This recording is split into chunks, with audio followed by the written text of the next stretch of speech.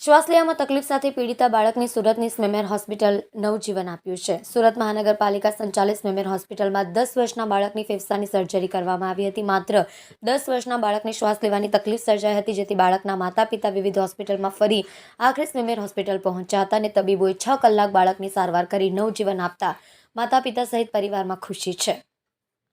મળતી માહિતી અનુસાર મૂળ આગ્રાના રહેવાસી 10 વર્ષનું બાળક અજીમ ગત 18 ડિસેમ્બરના રોજ 2 મહિનાથી તાવ અને શ્વાસ લેવાની તકલીફ સાથે સ્મેમેર હોસ્પિટલમાં ખસેડવામાં આવ્યું હતું, જ્યાં દર્દીની ડાબી બાજુની છાતીમાં પરુ ભરાવાને લીધે ફેફસા સંકોચાઈ ગયા હતા અને ફેફસામાં ફૂલાવાની ક્ષમતા સાવ નગણ્ય થઈ ગઈ હતી.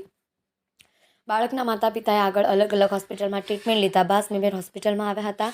સ્મેમેર હોસ્પિટલમાં સર્જરી વિભાગ દ્વારા બાળકનું થોરેક્ટોમી પ્લસ ડિરોક્ટોરિકેશનનું ઓપરેશન પ્લાન કર્યો હતો. આ ઓપરેશનમાં ફેફસાના આસપાસ બનેલા વધારાના આવક કણોને કાઢીને ફેફસાની ફૂલવાની ક્ષમતાને વધારી હતી. બાળકની સર્જરી અંદાજે 6 કલાક ચલાવવામાં આવી હતી અને હાલ કોઈ જ તકલીફ વગર બાળકને રજા આપવામાં આવી છે.